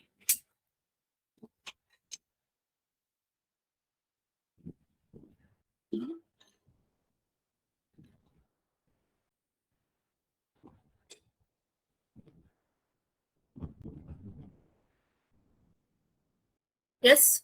So we have described about the location of thyroid gland, its importance in tracheostomy, capsule of thyroid gland, its importance in understanding why thyroid gland moves with deglutition, why thyroid swellings grow posteriorly. Another point also I have told, venous plexus is present deep to true capsule. Then regarding the relations of the lobe, apex, base, 3 surfaces, 2 borders I have mentioned. Then isthmus, 2 borders, 2 surfaces. We have finished it till here. Then blood supply of thyroid gland. The blood supply of thyroid gland you can see from here. It is from external carotid artery. The branch is superior thyroid artery. It divides into anterior and posterior branches. Inferior thyroid artery arises from thyrocervical trunk of subclavian artery, and it divides into 4 or 5 branches. One branch ascends upwards, rest of them supply the base. Here you can see clearly that it is supplying upper 2/3. This one is supplying upper 2/3. This is supplying lower 1/3. In addition, there are 2 more sources of blood supply. They are thyroidea artery, which is a branch of either arch of aorta or brachiocephalic trunk. This can be, such fancy terms can be given as MCQs. Arteria thyroidea is a branch of arch of aorta, brachiocephalic, subclavian, common carotid. It is usually a branch of arch of aorta, but it may also arise from brachiocephalic trunk. They will give any one of them, don't worry. Then additional thyroid arteries may be arising from the arteries that supply trachea and esophagus. Esophageal and tracheal arteries may also supply the thyroid gland. So 4 arterial sources are there. Then venous drainage. Remember the diagram, then only you can remember well. So this is a superior thyroid vein. This is middle thyroid vein. This is inferior thyroid vein. Superior, middle, and inferior. These are MCQs. Remember the venous drainage very well. This is the additional 4th vein called as Kocher's vein. Kocher's vein drains into which of the following vein? Internal jugular vein, subclavian vein, brachiocephalic vein, superior vena cava directly. So it is Kocher's vein drains into, this is Kocher's vein, it drains into internal jugular vein. Inferior thyroid vein drains into internal jugular vein, external jugular vein, subclavian vein, brachiocephalic vein. This is inferior thyroid vein. It drains into left brachiocephalic vein. It is moving towards here. So below this vein, it is this vein that is present. So the inferior thyroid vein drains into left brachiocephalic vein. Clear? Arterial supply, 4 arteries, venous drainage, 4 veins. Arterial supply, 4 arteries are superior thyroid, inferior thyroid, arteria thyroidema, and other arteries, tracheal and esophageal. Whenever you write the arterial supply, first artery where from it is superior thyroid, branch of external carotid artery, supplies upper third of the inferior thyroid, branch of artery, thyroid cervical trunk, supplies basal 1/3 of the gland. Rarely, 3, thyroidema may arise from arch of aorta or brachiocephalic trunk. Supplies the isthmus part. Actually, it is supplying the isthmus. And last arteries, esophageal. Then writing the veins. Superior thyroid vein. From the apex, it drains into IJV, internal jugular vein. Middle of the gland, internal jugular vein. From base of isthmus, inferior thyroid vein, left brachiocephalic vein. From the base of the lateral lobe, 4th vein of Kocher, internal jugular vein. Follow the diagram and learn. It is simple. Put your mind and heart on the diagram. It is easy. So this is about blood supply of thyroid gland. Now clinical aspects. So whenever you are asked an essay question, write about capsule, external features with relations, blood supply, and add a note on applied anatomy. I have seen many of my students in our college also. Applied anatomy means anatomy only. You should not write physiology in anatomy. It is meaningless. You should differentiate structure from function. So in the thyroid gland anatomy, applied anatomy, you should not write increase in the thyroid hormone levels causes hyperthyroidism, decrease in the hormone causes hypothyroidism. It will be strife. It is nowhere relevant to anatomy. Enlargement of thyroid gland is called goiter. Goiter compression of gland esophagus, which results in this difficulty in breathing, aphasia, difficulty in swallowing. Compression of recurrent laryngeal nerve causes hoarseness of voice. These are the points which you have to write. Anatomically, some structure is getting affected. So this feature is coming. That is anatomical application. Clear? You have to write enlargement of thyroid is called goiter. It causes, if it is excessively enlarged. Next point, it grows. All the points which I have covered from beginning come under clinical aspects. At least you write 2 or 3 among them. Enlargement of goiter commonly occurs on the posterior side. Compression of recurrent laryngeal nerve, hoarseness of voice. Then another point, if you want to add, thyroidectomy means removal of thyroid gland. When superior thyroid artery should be ligated close to apex, inferior away from the base. These are clinically important applied anatomical aspects, not hypothyroidism, hyperthyroidism, myxedema, and cretinism. It is a waste process to write them in anatomy. Clear? So that is about applied anatomy. So all these points I have mentioned. So here the same thing. Lymphatic drainage I have not completed, just it is very simple. Thyroid gland lies on the larynx and trachea. Upper is drained by pharyngeal nodes, lower part is drained by pretracheal nodes. That you remember. Nobody about lymphatic, don't worry. Learn about the clinical aspects in a proper manner. All these points I have described. Regarding thyroidectomy, it's not your level. You can leave it. So we finished thyroid gland. Hope you understood. If you have any doubts, you can ask.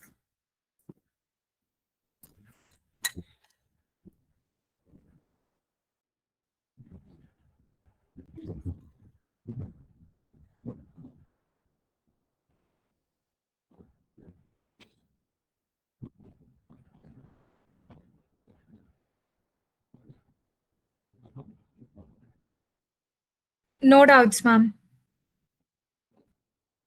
Good. So I'm going to proceed with carotid triangle.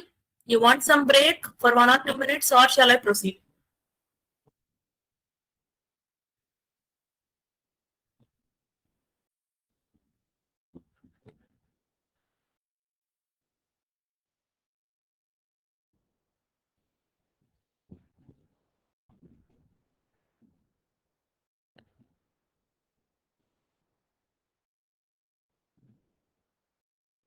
Ma'am ఒక 1-2 minutes break తీసుకుని proceed అన్నట్టు. Okay.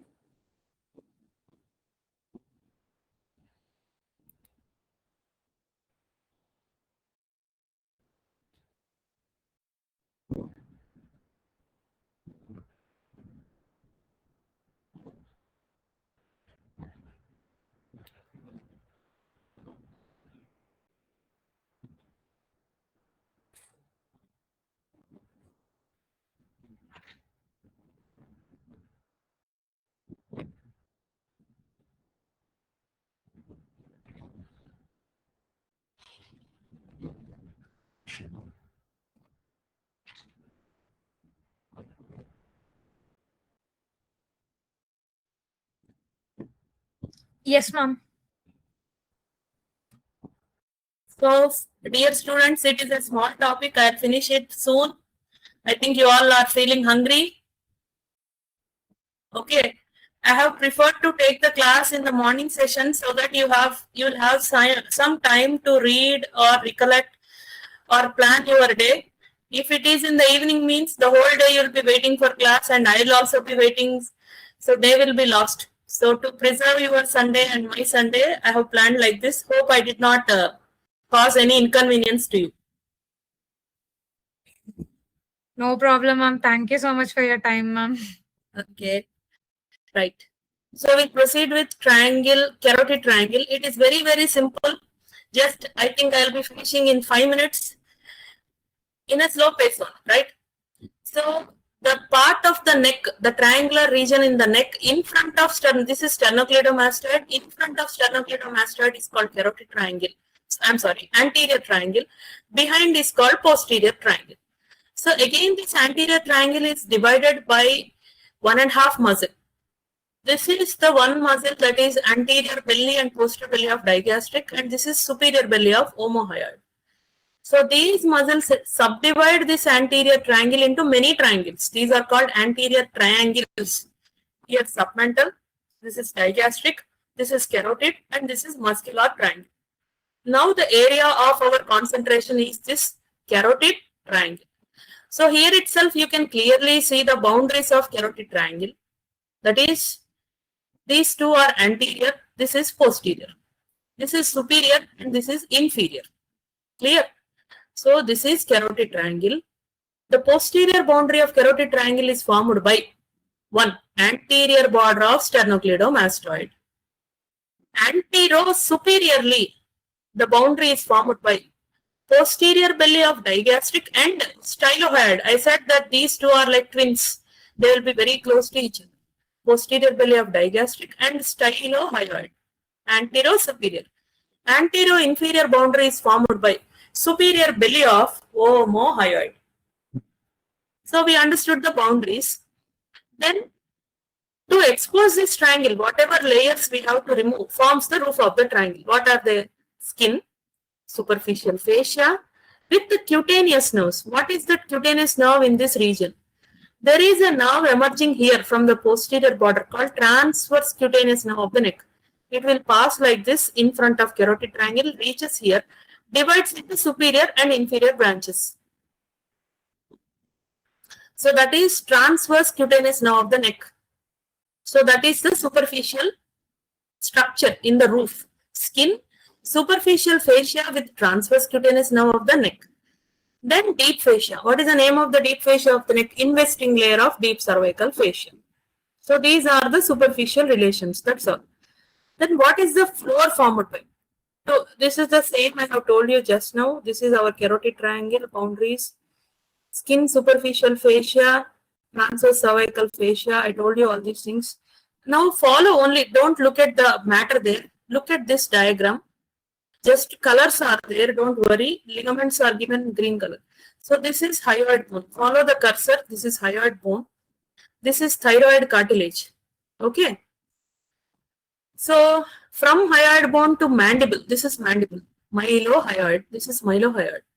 This is anterior belly of digastric, posterior belly of digastric. So below that we are there. From hyoid to the tongue, inside the mandible here you have the tongue, isn't it?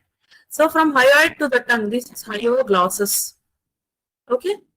From hyoid bone, the muscle that forms the pharynx is middle constrictor. From hyoid bone, it is middle constrictor. I told you before also from thyroid cartilage and cricoid cartilage, it is inferior constrictor. These two, hyoid bone and thyroid, are interconnected by thyrohyoid. So what am I speaking about? The floor of the carotid triangle, if you want, you have to be below the digastric, above the superior belly of omohyoid. This is omohyoid. Two bellies are there. So between them, what are the four muscles if you observe? Medially, small part of hyoglossus and thyrohyoid. Laterally, middle constrictor and a part of inferior constrictor. That's all. Okay. Middle constrictor and inferior constrictor. A small part of middle constrictor and inferior constrictor. Hyoglossus and thyrohyoid. Hyoglossus not entire muscle, proximal part or the beginning of the hyoglossus and thyrohyoid. These are the muscles forming the floor of the carotid triangle. And what are the contents of the carotid triangle? If you remove all the boundaries, here you are seeing stylohyoid. Okay, so observe the contents. The name of the triangle is giving you some clue. Carotids triangle. So what are the carotids we have? Common carotid, internal carotid, external carotid. So any triangle contents, you have to remember the VAN. V-A-N. So V is internal jugular vein. A is arteries. What are the arteries? Common carotid. It continues straight as internal carotid. It gives a big branch external carotid. Arteries are not enough here. You have to write the external carotid artery in this triangle gives rise to 5 branches. 5 branches. 3 anterior. Look at here. Superior thyroid. Below the level of greater horn. At the level of greater horn, lingual artery. This is lingual artery. Above the level of greater horn, this is facial artery. Because tongue is below, face is above. So lingual and facial. At the level of greater horn, lingual. Above the level of greater horn, facial. Below the level of greater horn, superior thyroid artery. 3 anterior branches. Opposite to the facial or opposite to the lingual, going back, this is occipital artery. And going above the pharynx, wall of pharynx, the constrictors we were telling, floor. So on the floor muscles, pharyngeal muscles, this is ascending pharyngeal artery. So first you have to write internal jugular vein and its tributaries. What are the tributaries? Facial vein, lingual vein, thyroid veins, open into internal jugular vein. That word is sufficient. Then write about arteries, common, internal and external carotid. Then where is the level of division? For MCQ purpose I am telling. At the level of upper border, look at here, superior horn, this is upper border of thyroid cartilage. At the level of upper border of lamina of thyroid cartilage, the common carotid artery divides into external and internal carotid arteries. Right. So they can ask you at the level of upper border, lower border, in the middle of the thyroid cartilage. It is at the level of upper border. Then write about the 5 branches of external carotid artery. Okay. So VA over N. What are the nerves in this region? In the carotid triangle, you have the last 3 cranial nerves. What are they? 10, 11, 12. 10 is straight vertically downwards is 10. This is vagus. It is vertically down is 10. Then from behind forwards, this is hypoglossal nerve, 12. From before backwards is accessory, spinal accessory nerve. So 10, 11, 12. 10 vertical. 11 is posterior, 12 is going anterior, hypoglossal is going anterior. Once again, vagus goes down, and this vagus gives a branch called superior laryngeal nerve, which supplies the larynx by its internal and external laryngeal nerves. Hypoglossal nerve, what do you write? The hypoglossal nerve crosses the carotids, enters into digastric triangle, reaches the tongue to supply the muscles. Only one point I am trying to tell you. If it is an essay, you have to write. Otherwise, if it is 5 marks, write the names only. The vagus nerve is a content of carotid sheath. It is directed downwards behind the vein and the artery, internal jugular vein and the internal carotid artery. It gives rise to superior laryngeal nerve, which further divides into external and internal laryngeal nerves in this triangle. Then the 11th cranial nerve passes behind, crosses the internal jugular vein, enters into posterior triangle, supplies sternocleidomastoid and trapezius. The 12th cranial nerve crosses the arteries, comes forward, enters into digastric triangle, supplies the muscles of the tongue. These are the 3 nerves, 10, 11, 12. In addition, there is another nerve loop in front of the carotid sheath called ansa cervicalis. This is also in front of the carotid sheath as a content of carotid triangle. So if you write and mention ansa cervicalis, then only the nerves will be complete. B I told and its tributaries, A artery part I told, N nerve part, 10, 11, 12 plus ansa cervicalis. And behind, after writing the V and A, write one line called carotid sheath. The carotid sheath encloses the internal carotid artery, internal jugular vein and vagus nerve in a common facial sheath called carotid sheath. Okay. So you finished V, A, N. N also finished. Then lymph nodes. Around the internal jugular vein, there are deep cervical lymph nodes. In the upper part and in the lower part, they are present. So we finished lymph nodes also. Then what else is there in the carotid triangle? Carotid body and carotid sinus. So carotid body and carotid sinus. The carotid body and sinus are present at the level of bifurcation of the carotid artery, common carotid artery. Okay. The carotid sinus is present at the bifurcation here, and the carotid body is present behind the bifurcation. B for B. Body is present behind. Sinus is present at the level of bifurcation. The carotid sinus, what is the clinical importance of carotid sinus? It is a baroreceptor, which detects the pressure, variation. Then what about the carotid body? It is a chemoreceptor. B letter has C as a function. If you identify sinus as C, it has B as a function. Just like that, if you remember carotid sinus, CINUS, if you remember like that, C, carotid sinus is C. So its function is B, baroreception. Carotid body starts with B. Its function is chemoreception. Okay. So carotid body and carotid sinus are also there. Over. That's all. We finished the carotid triangle, boundaries and contents, roof load. I told you I'll finish in 5 minutes. So that's all about the contents. So VAN, ansa cervicalis. I told you the branches, deep cervical lymph nodes, jugulo-digastric and jugulo-omohyoid also. So that completes carotid triangle.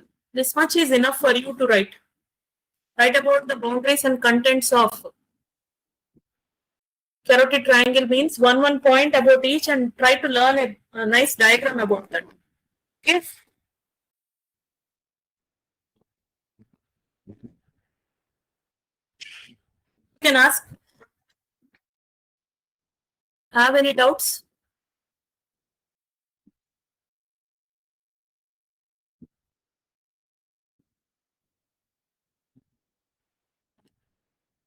So I'm happy to share this platform. One important thing just I wanted to say, in a lecture gallery, we have mixed students where we try to teach, we try to engage, we try to ask questions, but some students will be feeling that listening to class is not that important.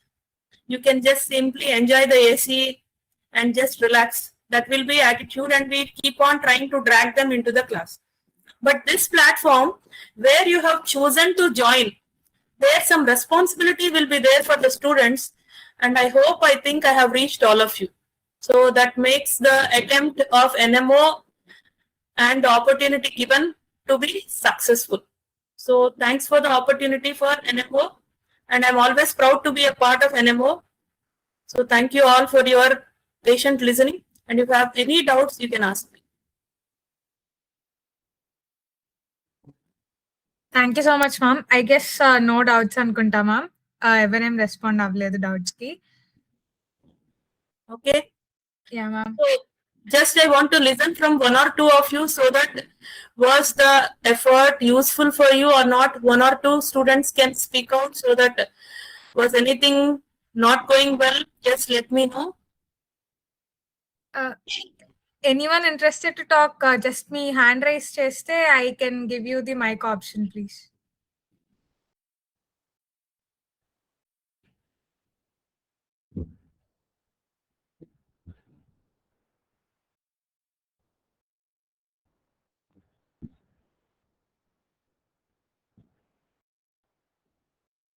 I would be happy to listen from you. Are you there? Ma'am ఇప్పటికైతే ఎవరు race చేయలేదు ma'am hand. ఒక్క నిమిషం ma'am, 1 person has raised. I will unmute them.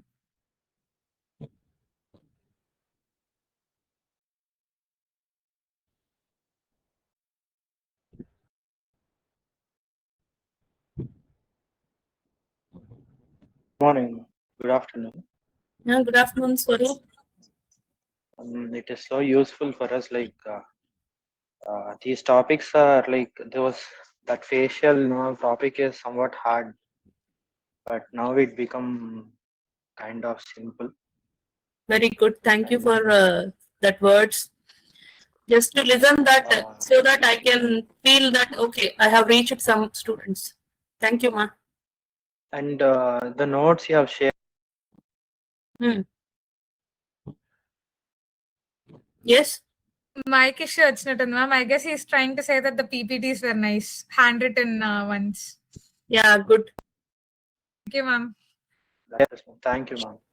Welcome, ma. Welcome so much. You have all joined with interest, so that's the main thing that facilitated this discussion. Anyone else?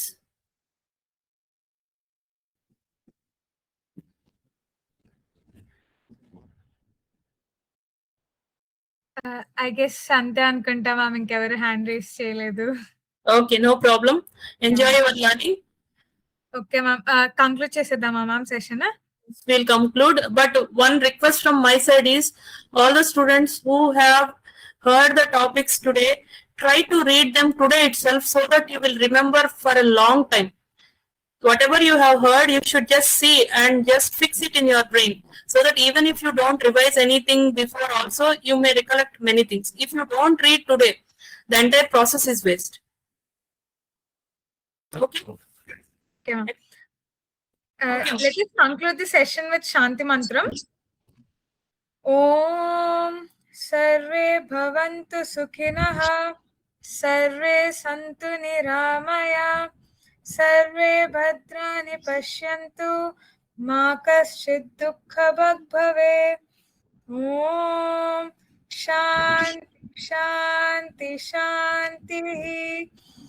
Today, I extend heartfelt gratitude to Dr. Parimla ma'am on the behalf of NMO for delivering such an insightful and engaging session. Your lucid explanations, clinical correlations, and amazing handwritten notes really enriched our understanding of the subject.